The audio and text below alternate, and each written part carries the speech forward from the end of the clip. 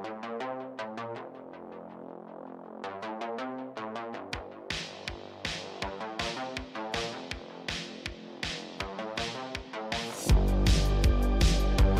everybody, welcome back to The Pixels, the podcast about all the nerdy things we love and enjoy. As always, we're your hosts. I'm Will, that's Blake, and today we're here to talk a little Dimension 20, a little Ravening War, which things are really heating up, man. Kind of getting toward the end of this story. Things are popping off, so I'm excited to dive in today. Yeah, 2 episodes remain for this mini series, this side quest, as I've been educated to call it. That's right. I found that out as well. Yeah, it is getting wild. Lots happening. Lots of D&D content that we've been watching lately. Yeah, we got new Wizard, Witch, and the Wild One just dropped. I think an hour or two ago. And then we got new Critical Role this week. So yeah, lots of D&D TTRPG stuff. If you enjoy that, definitely give our channel a perusing. Yeah. But yeah, today, a little D20. Were you about to say something? I was, but then it didn't make any sense. So then I aborted, and then I got distracted because I was trying to open up Spotify to look at Wizard, Witch, and the Wild One, and it's like crashing. So then I was like, abort that too. Because I was curious the runtime on www. Yeah, I haven't looked into it yet. I just happened to notice there was some I don't know if it was on Reddit or where I saw it, but apparently the episode was delayed coming out today. But it's out now. So yeah, okay. All right, hour and 40 minutes. Okay. Got it. Okay. That left on a big cliffhanger, so I'm excited to see what's going on there. Yeah. But that's not what we're here to talk about now. If you're interested though, that video is up on the channel for most recent Wizard, Witch, and the Wild One. But yeah, today we're here to talk about the Ravening War. Like you said, a juicy one. Is there anything else we need to say before we dive straight in? I don't think so. All right. Yeah. Well, in that case, let's do it. And as always, we're going to recap the episode, and we cut that out, host it separately. So if you find yourself just on that recap video, but want to hear our full discussion, it will be linked down below. So yeah, man, do you want to kick us off on yeah. This was episode 4 of the Ravening War. I think it was called Light and Shadow. There is a lot. It's a very meaty episode, so definitely feel free to jump in, details I may miss. And essentially, this episode, if you recall, the previous episode ended with this big moment of the assassination of Queen Pamela Rox, and sort of this episode gives us kind of the fallout of that. We know from Matt in the outro of the previous episode that there is a time jump. Was it about 4 or 5 years? Is that right? Yeah, I think so. 5 years, I want to say. So essentially this first half or first 2/3 of the episode is what's everybody been doing? And there's going to be 2 basic things that are going to happen. You're going to get kind of the last interaction or last thoughts and actions of a character, and then what have you been doing over the next 5 years? We're also going to see some characters pair up and some interesting pairings that we didn't expect. The first relationship we see is the former queen, Aman'Go, talking to Karna and basically saying, I have to go. Like, this basically isn't what I signed up for. Like, I don't want to be a part of this anymore. I have to go. I have to leave. I want to go into hiding and disappear. This nice coffee mug, by the way. Thanks.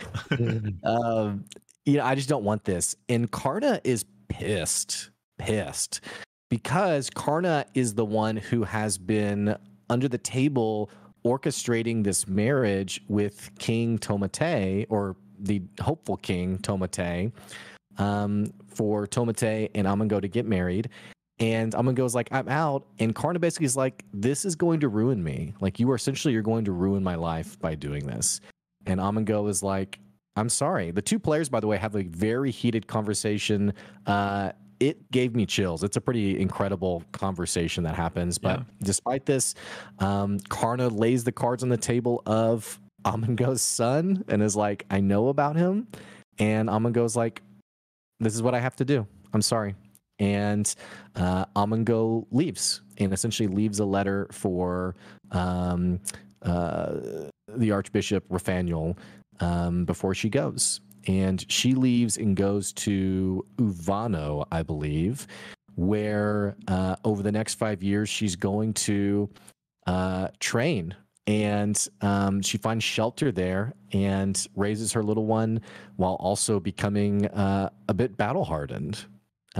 Separate from her, Karna Solara is going to go to Raphaniel, and the two are going to share a conversation about Amongo leaving. And there's this really wild moment where Raphaniel actually gives Karna a hug and feels on her body these soft, rotten spots where this sort of ailment of the power of the Hungry One seems to be literally decomposing Karna. And in fact, Raphaniel says as much that, it's often our gifts that betray us or something to that effect. Karna, over the next 5 years, is going to meet up with Thane D'Alessandro. And I'll get to more about kind of how she fills in there, but essentially becomes his spy master, essentially becomes this character who keeps him in the know and helps prop up his power and position in the Meatlands. Moving on to Thane D'Alessandro, there is a job opening because the last conversation he has before time jumping is with Colin Provolone. And Colin Provolone, they're both sort of hunkered in this cave, and Colin is not the happy-go-lucky character we've seen. He sort of challenges D'Alessandro and says, like, is this where you saw this going? Like, is this kind of what you were hoping for when we had the FDA kind of promising making you a king, and here we are, like, in this cave? And Thane D'Alessandro basically challenges him back and says, like, this, I'm making the right decision. I've made the right decision for the Meatlands. Like, this is the right call, and either step up and be at my side or get out. And Colin basically says, I don't think you're the kind of leader that I want to follow. And additionally reveals that the secret that he'd been hiding was that his grandfather had led this uprising in the Dairy Islands before the people that he had allied with basically betrayed him. And that left Colin's dad destitute and poor as this sort of like hidden son people didn't know about. And Colin has always been ashamed of that secret, but realizes that, this blackmail isn't worth the kind of life you're wanting me to live. And so Colin lays down his weapon, leaves, and we'll get to him in a second. But Karna essentially takes the position of Scald, and in fact is called as much. It's kind of a painful, I was like, how are you going to do this to my man Colin? Thane D'Alessandro, going back to the Meatlands, actually ends up propping up one of the other, rather than claiming the position of power for himself. Actually ends up propping up one of the other characters. I don't remember the name though. If you have it in front of you, Basha Miyasho, or Basha is the first name. Yeah, this character Basha, who is a bit surprised that Thane D'Alessandro is supporting him, and in fact asks, like, what about your mother, the chiefess? And he basically says, she will never be the kind of leader we need. So, like, I'm here to serve you. And basically goes all in on being the best number 2 possible for Basha. And the chiefess is hurt by this. And in fact, Matt describes her leaving and never being heard from ever again. Very much a very painful outro for that character. And over the next 5 years with Karna at his side, Thane D'Alessandro basically fights for Basha and helps unite the Meatlands under Basha. Lou describes his character 5 years later, battle-hardened, hot, shirtless, and missing an eye as well. Very cool. Karna, similarly, as she gets older and ripens, her phrasing, not being weird, her color changes to like this hot red color, and Abria says she's entered her hot phase as well. There also is a diplomat from Candia, I believe, Princess Saphira. I think it was Saphria. Yeah, I think so. That, and I missed the detail here. They plan basically to assassinate her, and in fact, Karna is sent to do so. In which she does with relative ease. I don't remember why they wanted to assassinate her. I think I even asked you, like, why do they want to kill this person? And you weren't quite at that timestamp yet. We'll like dissect this further in our discussion portion, but I'm pretty sure it was kind of to set up basically it's like another political assassination to turn Candia against Cerisia. Yeah. I think. Yeah, you're right. So separate from them, what happens with Colin? So Colin leaves and actually pairs up with Raphaniel, who is desperate. Raphaniel's desperate for an ally. And this is because Raphaniel, after seeing Karna and Amongo leave, essentially goes back to Archbishop Camille Cauliflower and is essentially like, hey, like this...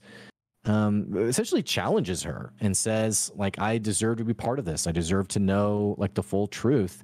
And we find out that Camille Cauliflower has sort of been faking this old, hobbled, elderly woman. Matt describes her sort of like rising out of her chair in sort of this menacing way, and essentially tells Raphaniel that you'll never be the guy, basically. Like, get in line. Yeah, you're not that guy. And Raphaniel, to Cauliflower's face, is like, okay, I will do whatever you need to support you. But then secretly, as an aside, begins calling in favors and trying to turn the Bulbian Church against the FDA, well, not specifically the FDA, but essentially is trying to sort of undo their work, and essentially trying to, as covertly as possible, go against the Sanctus Purus or Putris. There is a deception roll made, and I think he rolled like a 22 and lost to a 25 from Matt. All this to say, his scheming is found out. He's moved to Comida to sort of like live out his days, and he is demoted to a deacon, which absolutely crushes Raphaniel, crushes him, and now he sort of loses his sense of purpose. Like, what was it all for? Like, I've lost my position, I've lost my power, I'm basically a nobody now in Comida. And it's in this that in seeking purpose, he's like, I need to go back to that cave after we assassinated Queen Pamela Rocks. I need to go to that cave because that was the only time that I truly felt understood. And so in this finds Colin Provolone, freshly having left Thane D'Alessandro, and through his own orchestrating and power he has left, has Colin Provolone knighted in the Bulbian Church as Sir Colin Provolone. And the two pair up to go to this cave where it is now crumbled and shuttered from some sort of like natural cave-in, it seems. And Raphaniel is completely lost to this. I mean, he is aggressively trying to pull rocks away. Brennan does a phenomenal job of just characterizing sort of the descent into madness. Yes. Whereas, Raphaniel was this sort of suave, always a step ahead, is now essentially this misshapen form of that. Yeah, totally broken. And then I don't remember what happens 5 years later with him. I don't know if you can help me there. Yeah, him and he basically says he and Colin kind of stick together for the most part, with Colin being kind of like, an arm of his sect of the church as this knight. So they like kind of remain together, and Brennan says he spends most of his time just like dedicated to writing like theology and writing like religious papers. Kind of he compared it to like the 99 Theses that like you go hammer on the church wall. Like he just wants to take down the Sanctus Putris. And and what's interesting about his character is he basically, knowing that the Sanctus Putris's goal is to stave off oblivion by creating war and conflict, he basically resolves himself to not just undo their goal, but to, as best he can, hasten on that oblivion. I can't remember the exact phrasing, but he's basically like, if they've been doing this to avoid annihilation, I am now hyper focused on ensuring annihilation. Which is just a great twist on his character.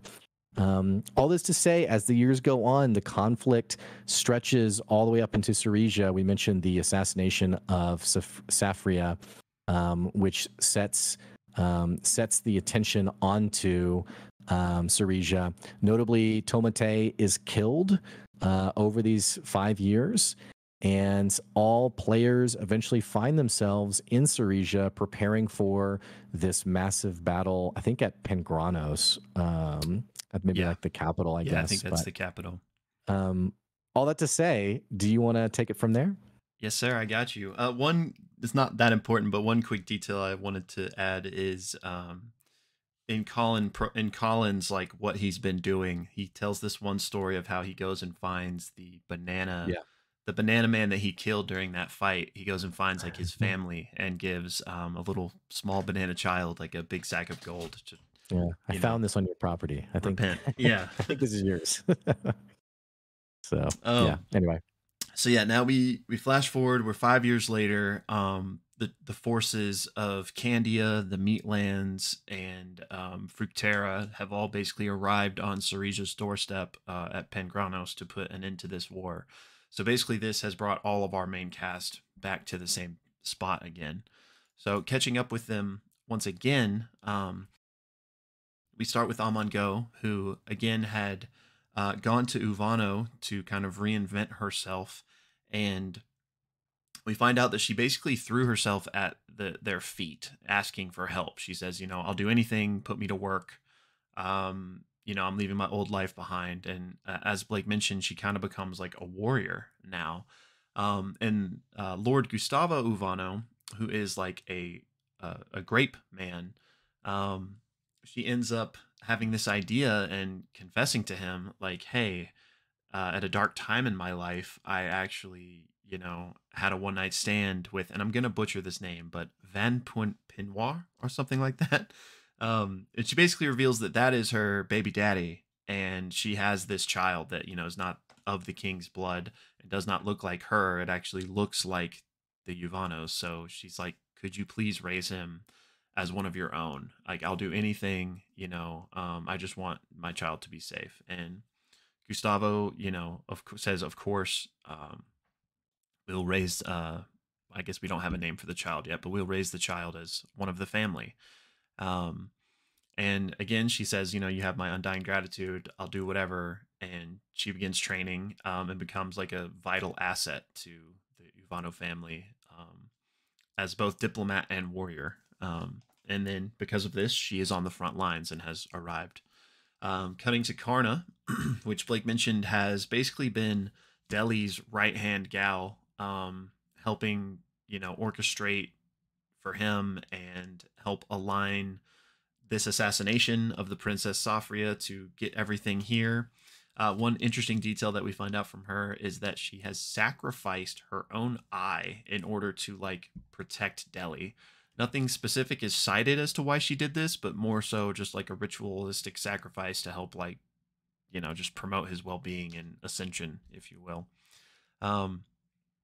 Deli has, again, like Blake mentioned, just been propping up Basha, and has become a hardened warrior in his own right, lost an eye, just like Karna, and they too have arrived. And everyone is basically arriving to this war tent where all the leaders of these different factions are coming to discuss strategy.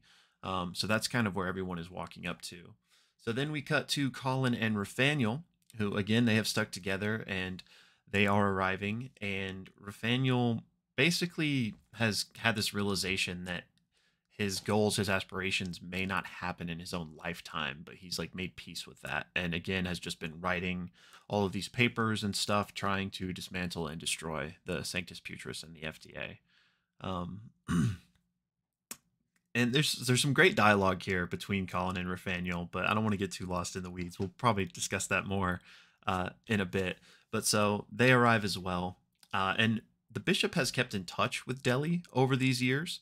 And one interesting thing that he says to him is that, hey, after this war, the people are going to need something hopeful to cling on to rebuild. And I don't know if Basha is the one to do that. And he kind of just putting this idea in Deli's mind. And Deli agrees, thinking that like, yeah, I don't, you're right, but I wonder if like the people of the Meatlands are ready for religion, and I don't want to like push Basha with, too many crazy ideas too fast.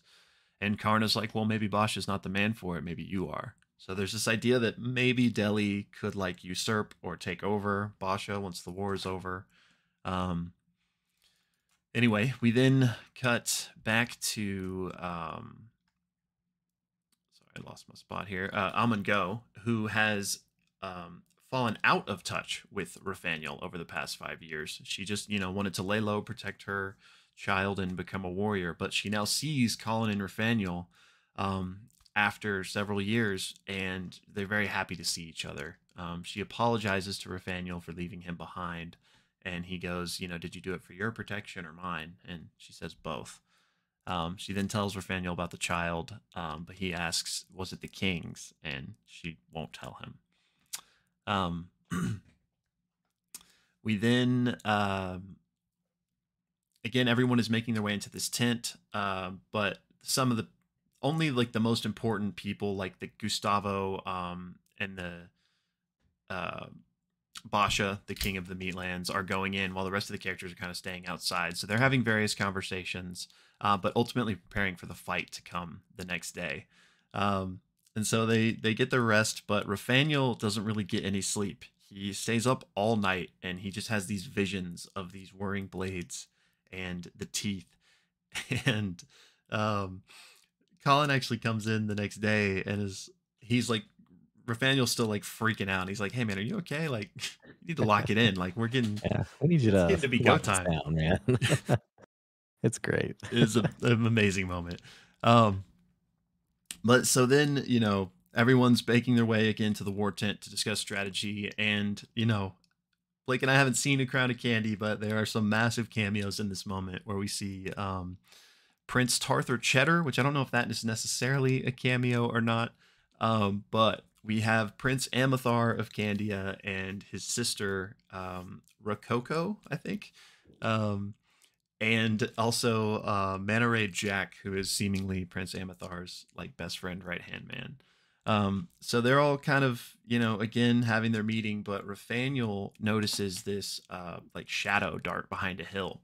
And it's this weird spindly creature with this bone mask. And it's exactly like what they saw when they found that cave after assassinating the queen. So he starts freaking out, immediately darts after it because, again, he is obsessed with this. Like Blake mentioned, it's the only place he felt welcome.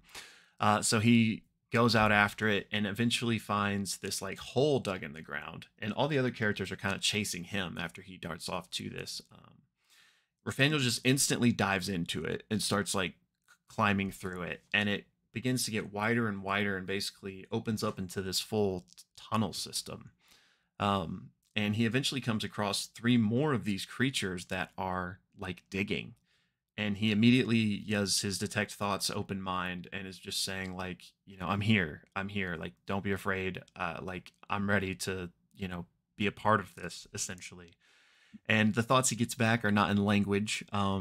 They are like emotions, anxiety, worry, like, oh no. And he's like, no, don't worry. Like, the cave told me I'm ready now. Like, I'm finally ready. And these creatures like release these spores just like they did we saw previously. And because of this, Rafaniel can now understand. And they say, you shouldn't be here. We are forbidden to be seen. And Rafaniel's like, no, like, I'm ready. If you just give me this power, I can destroy our enemies.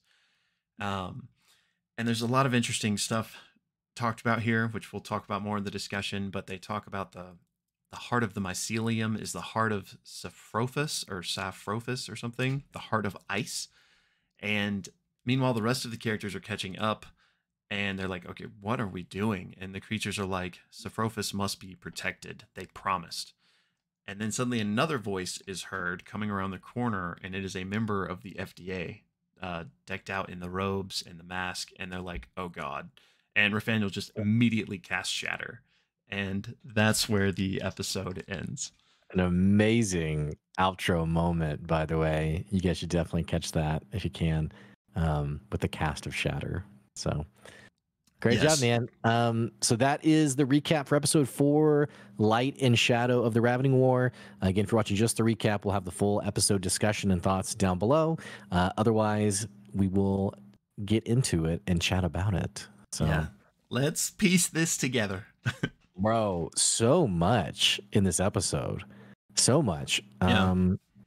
First things first. Love the episode. Should we skip this part? I feel like we just always. Yeah, I don't know. Maybe we should until we have something more substantial to say. But yeah, of course, I loved it as well. Yeah, I mean, and just very meaty, dude. The conversations at the table, Amango and Karna, Abria had a tear even, which I was like, man, they are really getting into this. Bro, it was so good. And then Deli and Colin.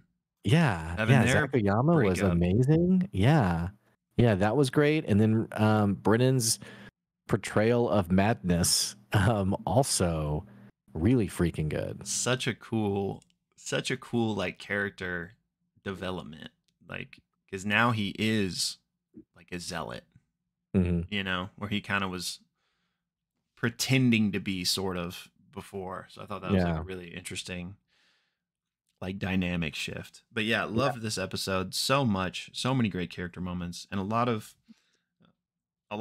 lore as well, which, you know, I'm sure it goes without saying at this point, but you know, we haven't seen A Crown of Candy, so please bear with us if we're like incorrectly moving the chess pieces across the board. But we're going to do our best to piece it all together here. So real quick, we briefly spoke on this in the recap, but I did just want to like again put it out there to make sure I was following. The war's been going on for several years now.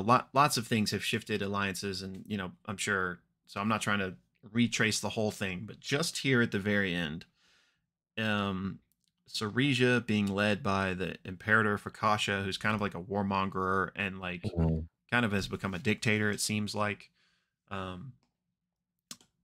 it seemingly was Saresia and Vegetania were like the two main, and maybe Candy. I don't know. Okay. I don't know who, like what the alliances were, but the big moment was Deli and Karna assassinating Princess Saphria. Yeah. Which they framed to look like the Saresians did, I think. I think so, yeah. That tracks for me. And so that go ahead. But didn't we discuss Vegetania like they step out of the war or something, or yeah, because so that's why I thought Vegetania must have been allied with Saresia, because there's mention of a like peace treaty between Vegetania and Fructera, between Lord Cabbage and I think Lord Uvano. And because of that like brokered peace, they decide to just withdraw from the conflict altogether. And so I think because of that kind of leaves Saresia on an island. Like they now have no allies and everyone else is allied against them, which brings us to this final battle, as it were. Yeah. So that's my understanding. That might be wrong. Like I might be misplacing some of that. So like, as always, let us know in the comments. But and then I don't know if I'm missing something where I'm just not tracking details, but for me, it portrays kind of like the wild I don't know how to phrase it. Like the original point of conflict was the crown. Like who's gonna be the next king, right? At this point, defeating Saresia, I mean, I'm assuming everyone's just gonna go back to where they were, right? I mean, we're not talking about becoming king over like all of the kingdoms. You know, it's not like Game of Thrones. Like it's like not like the one throne, you know. And so I kind of wonder, like, I guess what I'm saying is I don't know if I missed a detail and it's like, oh no, this is what they're actually fighting for, or if Matt's trying to just portray like the senselessness of war, because he's mentioned like countless dying and you know, I don't know. I don't know. Is that making sense? Or No, yeah, I think you hit the nail on the head. I think it's the latter. It's yeah, just okay. the kind of like senselessness and unnecessary bloodshed that this has been going on now for several years, all because of various political aspirations that the original ones aren't even relevant anymore, you know? So it is just kind of like this needless, senseless cycle that's just, you know, keeps getting propped up by bloodshed. That's my take. Maybe that is incorrect, but that's what I've been taking from it. Yeah. Okay. Um, Okay. but yeah, I am curious, just in like a general sense, um, what the aftermath of this is. I'm sure Crown of Candy people know what like the state of the world is during Crown of Candy, but like, do they topple Saresia and Saresia becomes part of like one of these other kingdoms or something? Like, I'm curious Mm, what yeah. the aftermath of that is. I mean, for all I know, maybe Saresia rebukes them. But yeah, Well, so everyone's gathered here. They've gone down into this cave. Um, so the FDA member was in the tunnel. I that part I also didn't track. I thought maybe they heard the FDA like coming down from outside, who was like peeking in and seeing the hole and then sees them. But your take was that the FDA member was like actually in the tunnels, like turning around a corner, being yeah, like, like coming from like another direction. yeah. And they actually said something like, have you finished it yet? Or Mm. something like that. Before seeing the party and being like, oh. So what do you think's going on there? All right. Um, so this is something we talked about, I think, in the last episode about how what the FDA wants is to create rot and bloodshed to stave off the hungry one because the hungry one doesn't want to eat rotten food, right? And then we found out also about this new kingdom of like these fungal creatures. And it's like, hey, that's kind of like the hungry one is not going to eat them either, you know? And like, so is this like, was this what the FDA wanted, or is this a new discovery? And I think we both agreed that it seemed like a new discovery, but here they are now seemingly capitalizing on this and using that those creatures, this new kingdom, to their benefit. Because we know that Dishless brought the corpse back and told them about it, so they know about this fungal kingdom, for lack of a better word, um, and seemingly have brokered some sort of alliance with them. To what end, though, is that's what I'm curious about. They're clearly digging tunnels, and to me, I feel like this is setting up for like a sneak attack of some sort or Hmm. something to that effect. In which, in return, which they've seemingly promised protection of Saprophis, which I know I'm Hmm. butchering that. I should have like listened to the episode again because I'm just reading how I spelled it, but some entity that these rock creatures clearly or fungal creatures clearly like revere, perhaps like the heart of the world, the entity, the hive mind that both Brennan and Lou spoke to. um I'm curious, like, are they just another tool for the FDA, or is there some grander like connection here with where they've realized that this fungus is kind of akin to rot in that it rebukes the hungry one, and so they're like, yes, bring this into the fold? Or if it's merely like, hey, these creatures we can manipulate and dig stealthy tunnels for sneak attacks, and it's nothing beyond that. Yeah, and I'm also curious about. So we know the episode ended with Brennan casting Shatter Yeah. immediately. Um, I don't know if I see the party like, yeah, let's all fight the FDA because we know that, and I forgot to mention it in the recap. We know that Karna went to old auntie. I can't think of her name. Ariana. Yeah, and basically is like, um, we will do whatever you need. Like, sort of offers, her allegiance. And we know Thane Delisandro also likes the idea of the FDA. So here we are in what seems to be maybe combat. Is it possible we see Karna? I don't know if we would maybe outright see Karna and Deli turn on the party, but I do wonder if maybe the outcome of this battle creates like a fracture of like, what do we do next? Because Rathaniel obviously hates the FDA. Mhm. I don't know. I'm just very curious, like what this is going to do to the party dynamic. Yeah, I mean, I think it's definitely gonna splinter them. I don't know if it'll like come to blows immediately in this scene, but yeah, I think 100% because you're right. Karna and Deli are both like super pro FDA. I mean, we haven't like seen Deli say as much, but you know, he's all about like they're the kingmakers and he wants to, you know, Mhm. be utilized in that way. So I would assume he's still very much pro FDA. And Karna even said that like, and I guess she was saying this to Ariana, at least I think. So it maybe isn't like representative of her true intentions. Um, but she was like, I'm all in on the FDA. Like, you know, especially because she had to like rebuild her life. She was like, all right, yeah.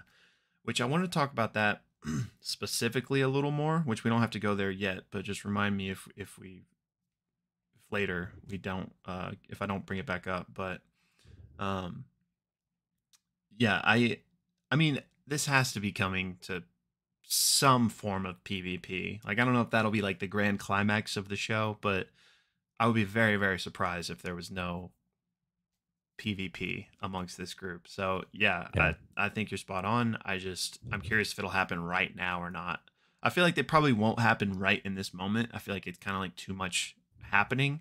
Like maybe this shatter kills that guy, and then it's kind of like, what did you just do? Like, what are we doing Yeah. now? Type of thing.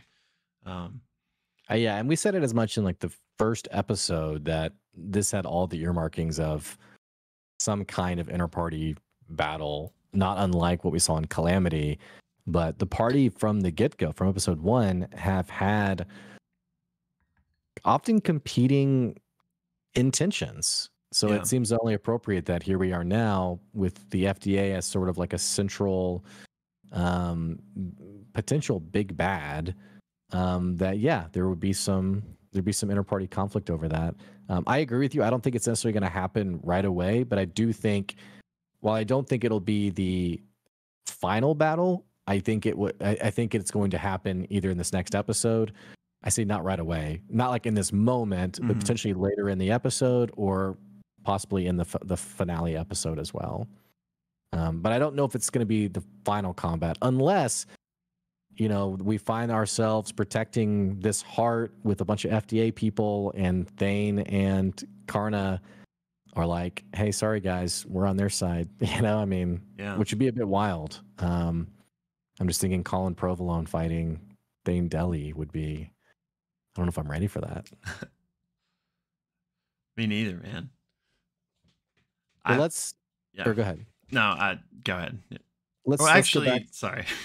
Okay. Actually, I'm interested on your take in the whole FDA fungus people connection. Yeah, I honestly, I mean, it was like midnight when the episode was wrapping up, and so I didn't process it like to the level that you did. I took it as they had discovered the tunnels around the same time the party had, like a little bit before, and were like they knew enough about it, knew enough like about the Mushroom Kingdom, for lack of better phrasing, to like I thought the person who's like, "Hey, are you done yet?" or whatever the phrasing was like to someone else, like someone else who was like helping with something, and not necessarily like the creatures.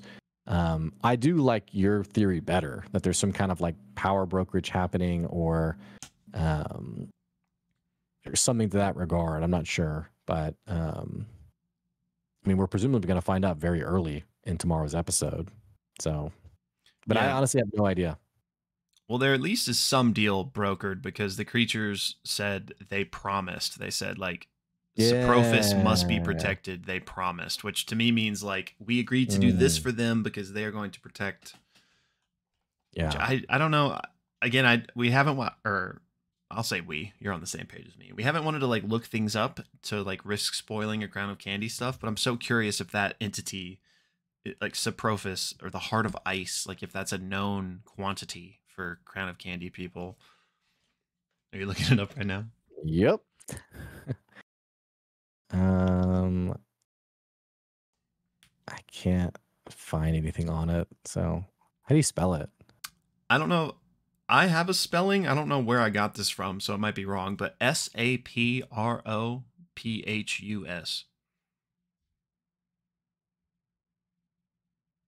I think I probably just made that up though from what it sounded like. Saprophagus. Do you mean saprophagus? Which means the feeding on or obtaining nourishment from decaying organic matter. Oh, well that's clearly the where the name comes from or was Yeah. inspired by. Yeah. Interesting. Very interesting. But you're right. Saprophus.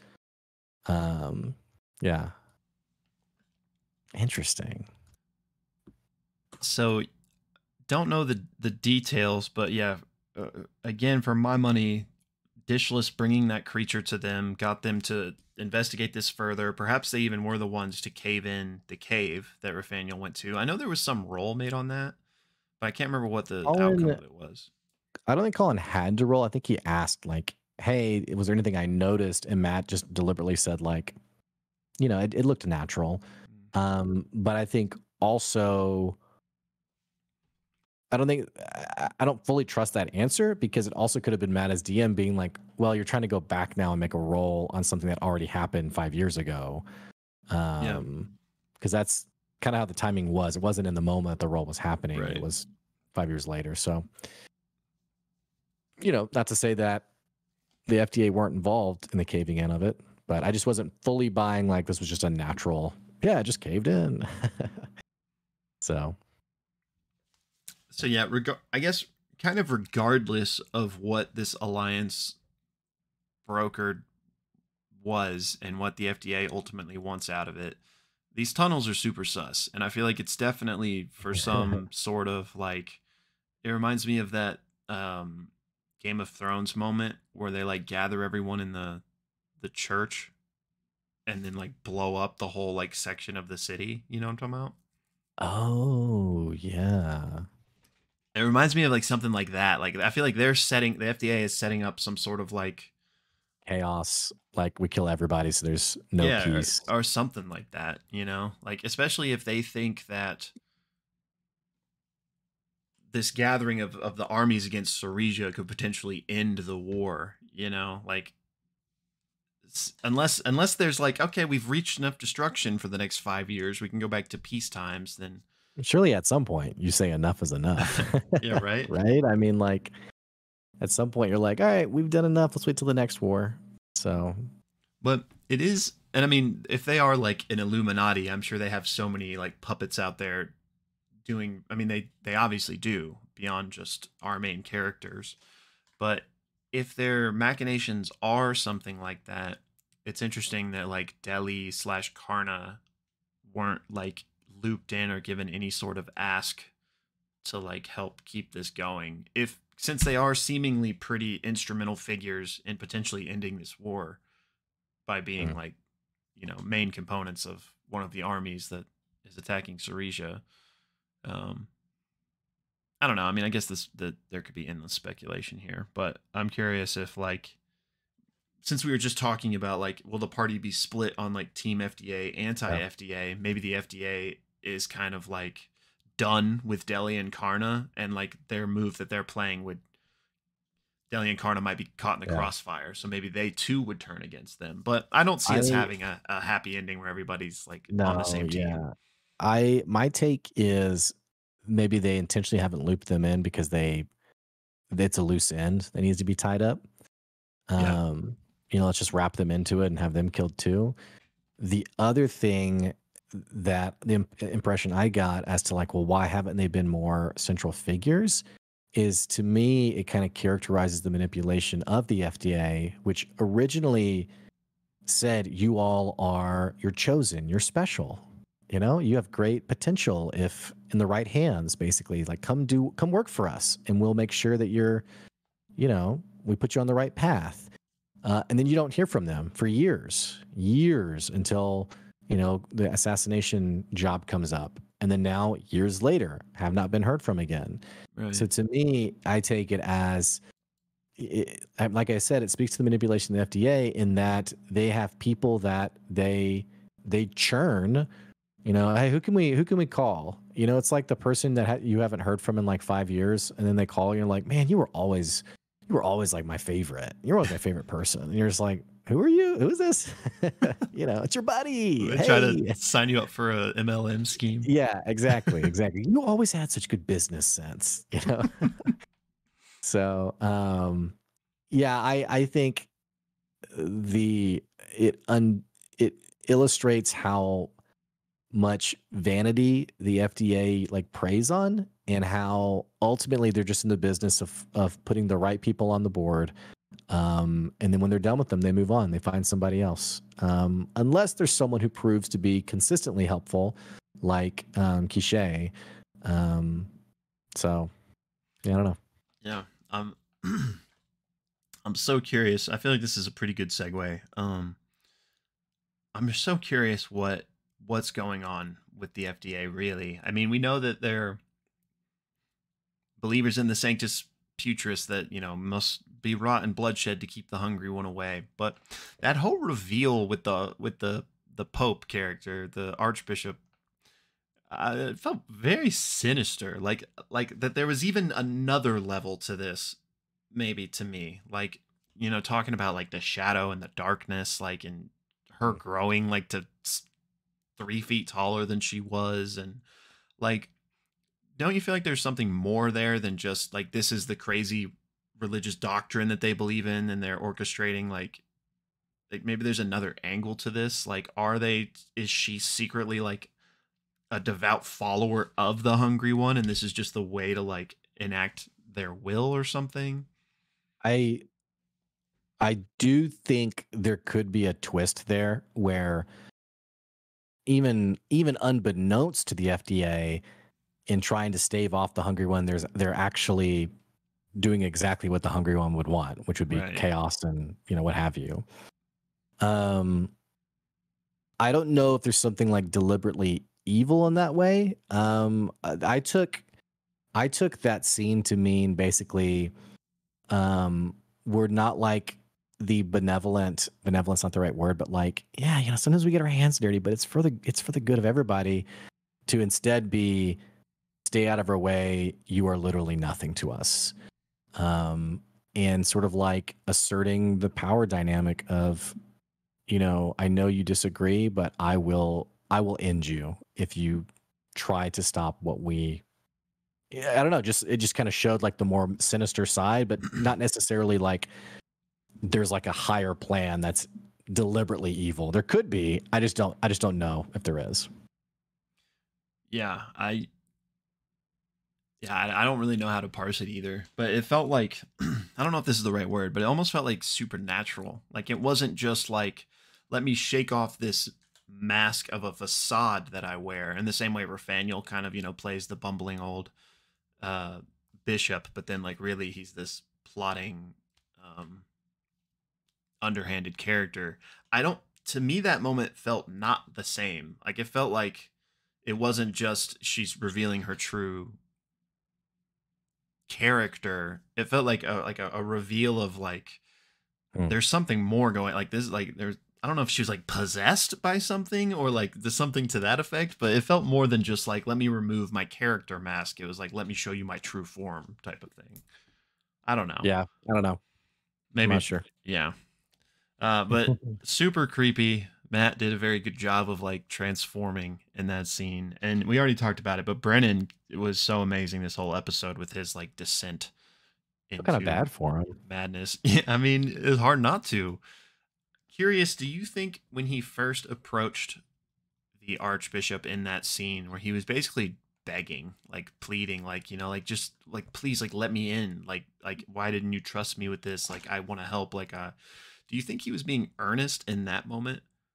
No, I think he saw it as another opportunity to add another, I don't know the expression, like a card to his deck and another playing card. You know, he's obviously someone who's very good at developing relationships and, you know, having what's the guy from Game of Thrones? not birds. I can't remember the expression that the not the spider, but the other guy, Varish. Varish? Was that his name? Varys? Varys was the spider. Oh, not him then. Littlefinger? No, it was a spider then. Yeah, that's what I'm Yeah. thinking of. Yeah. What was the thing about like his birds? Like he has his birds that Yeah, he's got like his little birds that like feed him like information. not in a dissimilar way. It seems like Raphaniel was always looking to add, get a little bit of a feather in the cap. Like, how can I get a little Yeah. bit of positionality in this way? So I don't think it was Ernest. I think he was, hey, let me in so that he would, have another thing that he could play with. And he was shut down so deliberately. And I think that was a huge blow to his ego. Like, do you know who I am and all that I've kind of brokered on behalf of the Bulbian Church? I'm going to now go out of my way to destroy you, not realizing that they were still, they still had all the cards. So, Yeah. what do you think? I was torn. I didn't know. I couldn't decide either way, because obviously that's the character we've seen the whole time, and that makes perfect sense that he was just like looking to buddy up to the next person that would get him where he needed to go. So I could 100% see that. But I could also see him just being so completely broken by what happened, and then kind of being rejected, not really being rejected, but like he kind of like had this brief glimmer of hope with this hive mind where he was like, am I safe here from the blades? Mhm. And they didn't know what he was talking about. And that kind of like destroyed him once again. Like, not even this knows the answer. So I could see a world where he like really was just like so looking for that next thing that he could like latch onto. Maybe there was a level of earnesty to him being like begging her in that moment. But honestly, I'm not like leaning toward either one, because I think it could very easily be just, his manipulative ways trying to ingratiate back with the head honcho. So I don't know. Yeah, I don't know. It is interesting. Not to move on from him, you mentioned you wanted to go back to Karna. Oh yeah, okay. So this is something I couldn't really parse. Is we know that for her backstory, when Amongo kind of left her high and dry, she goes to Saresia and eventually hooks up with Ariana, and cites that she really believes in the FDA. Like she's all about their mission. She can get behind that. That seems at odds with her being like a devout follower of the Hungry One. So I didn't know how to parse those things. Which maybe it's not fair to call her a devout follower of the Hungry One, but we know she's at least like afflicted by this rot and like makes sacrifices to him. And again, who knows if there is some like ulterior motive with the FDA. Let's just push that aside and just assume the FDA's motive is to stave off the Hungry One by creating rot and bloodshed. Why would Karna be like on board for that when she serves the Hungry One? Yeah, I don't know if she deliberately serves the Hungry One so much as I think Raphaniel even said as much, like when he was feeling like the rotten sores on her body, of basically like it's basically saying like the power we've been gifted is like often like what imprisons us. And so I almost wonder if this power she's been given, the Hungry One is her patron, like the source of her power, and those rituals are not unlike the FDA to sort of like stave off her own death.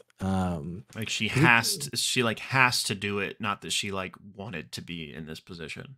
Yeah, I almost see it as kind of like a begrudging follower, not like a devout follower. Because we also know in previous episodes when she talks about Tomate, how the phrasing she uses like is, if I can get in with Tomate and like broker this marriage, then I'll be set for life. Like I'll be set for life, which would be interesting language around someone. It's a little bit at odds with the Oblivion-esque nature it seems like the Hungry One is all about.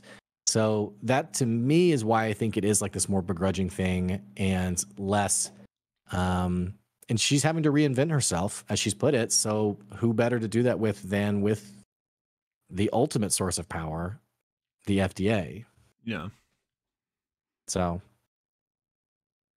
but I do wonder, like, what's gonna happen to her? Doesn't seem like she's doing too good physically.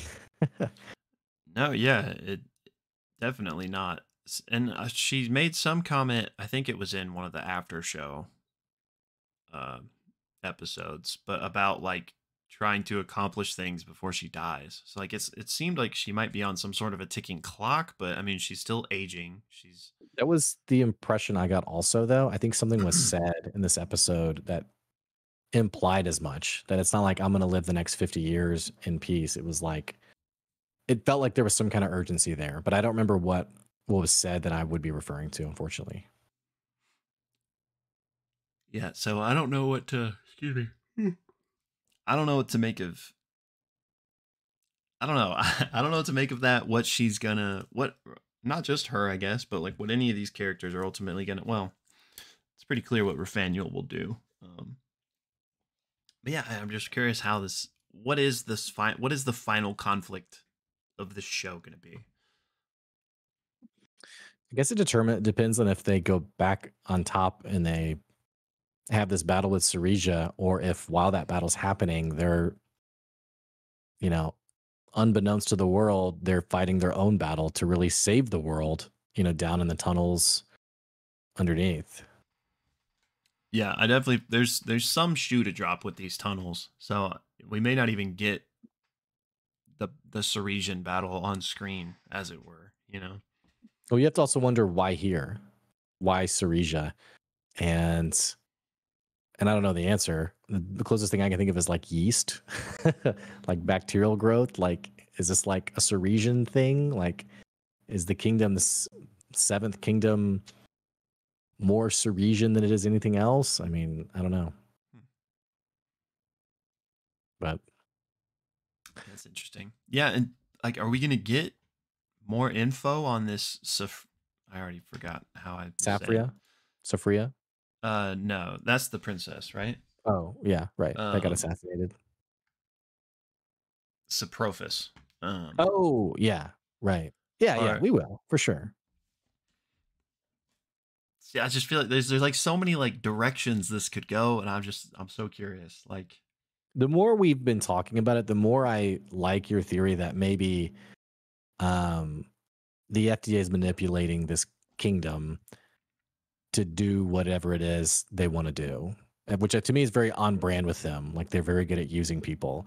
yeah. And I could see them kind of meeting up, and the masked ones are like, you'll protect Sophrophis, right? And they're like, yeah. Yeah, of course. Sophrophis sent you? Yes. It did. And we're here to help. And Sophrophis wants you guys to help us. Why didn't they tell us? Why didn't it tell us directly? Sleeping. I don't know. I could just see something like that happening. Yeah, and I wonder if we might even, I don't know, like, I guess it's just wild speculation, so I don't know if I'll waste our time, but I'm just curious if we'll like see Saprophis and like I mean it does seem to be like a hive mind, heart of the world type of thing, so maybe it's not like an actual like entity that can like move around, as it were. But like, are you invoking the ire of this very powerful thing by manipulating its people? Like, Right. could the end all play be that, you gave that definition earlier of whatever that word was, that like feeds on organic or inorganic material or something? Could their plan be to like introduce this thing to like the world at large and have it like devour a bunch of comedans to like turn them to rot to stave off the hungry one? Like, I don't know. Yeah. I don't know. What else in this episode? Sorry, say again. So what else in this episode? I don't think there's too much to like dissect and like speculate on, but as is tradition, I just got to give another shout out to Zach Oyama this Bro, I knew episode you were for going there. I was thinking the same thing. for just being so good, Dude, man. so good. He again has, you know, the one-liners that are just so great, like with Rathaniel. But another side of him that I thought was so good was that conversation with Deli. You know, he kind of like, not that he's like not ever serious, but like he, you know, it wasn't, he just let it loose, told his secret, and laid it all out there. And I just thought that was like a really powerful moment. And Lou reacting to that and being true to his character, which we haven't talked about that this episode, but I love the direction of his character, especially for like this type of story. Just the person that Like a like goes douchebag. all in on like the ambition, you know? Yeah. Yeah. And like To the doesn't, point of abandoning his own mom. That was so sad. yeah, doesn't look back at all, you know? Like he, Yeah. I I can't remember if when this was said, but he was just talking about like how he felt like alone, like after Colin left and everything, like he was just alone. But then that was like freeing because like now, like no one was in his way. Like he could accomplish what he wanted to, Yeah. which makes sense for the like the type of character he has. Like of course he'll have that mindset. Whereas it'd be easy to think like, oh, like did I make a mistake? Like I shouldn't have done this. Like, you know, but no, it was like full steam ahead. Yeah. So I just thought that was really interesting. And then I don't want to like, I mean, I guess it's not spoilers, but the whole Prince Amethar was Lou's character in Crown of Candy. So that was like a really fun moment for everyone that they talked about in the after okay. show. But yeah, I just thought that was cool. Yeah. Which I guess, so Queen Pamela Rox was his mother, and then Princess Safria was his sister. Okay. Yeah. Interesting. So everyone in that family getting murdered. So Lou murdered his own character's mom and then orchestrated his own character's sister's death too. Nice job, Lou. That's got to be fun though, as a player, having played in both. Like I'm sure some of these breadcrumbs are like so much more of like a nostalgia satisfaction hit than like me, the bumbling, like, oh cool, a new character. Yeah. It's kind of like Brennan talked about it last episode about how the how do you want to do this on Queen Pamela Rox, where he was like, I created this and now I have to decide, how does it happen? But yeah. Anyway, so it's fun. D&D's fun, man. D&D is fun. I would hope so, since we do 2 to 3 videos a week on it. So we have no room for hobbies other than D&D. So And Diablo 4 recently. yeah, which we got to do a review on D4, by the way. Our thoughts on D4. Yeah. So we've been playing it a lot. We have been. Yeah. Will, you still look a little tired. I am. I very much am. Okay. Well, I guess let us know in the comments y'all's thoughts on the episode, theories, ideas for what's coming. We'd love to know more. And don't forget, also, we have a Discord where we talk about a lot of this stuff. Everybody's welcome in the Discord. It's a pretty awesome community. We talk through a lot of these episodes and some of the other D&D content as well. So you can check the link down below to join that Discord. Other than that, yeah, and I can't promise this will happen, since the way Dropout works is slightly different from like other, like Critical Role, for example, which is live streamed. But I really would love to have like a live watch along for one of these last 2 episodes, which if that does happen, it'll take place in the Discord. So if that interests you. maybe tomorrow's episode, because my wife will still be out of town. Yeah. So yeah, maybe maybe for keep an eye episode out. 5, yeah. Yeah, So join keep the it on the Discord. Discord. Yeah, That interests we'll you. go from there. So, okay, thumbnail. I was already workshopping an idea, so I was thinking of something like 5 years later. I don't know what that looks like for us, but Yeah. maybe like just like an inquisitive, or like oh, or something. I don't know. I can do like looking at the watch, like, you know. Yeah, Actually, okay. it does look like I'm just doing like a power fist. I like it. I like I'll it. do like a. I'll do like a. Okay. Yeah. Okay. All right, we got it. Nailed it again. All right. Well, we'll catch you guys later. Thanks for watching today, and we'll see you soon. Bye, y'all.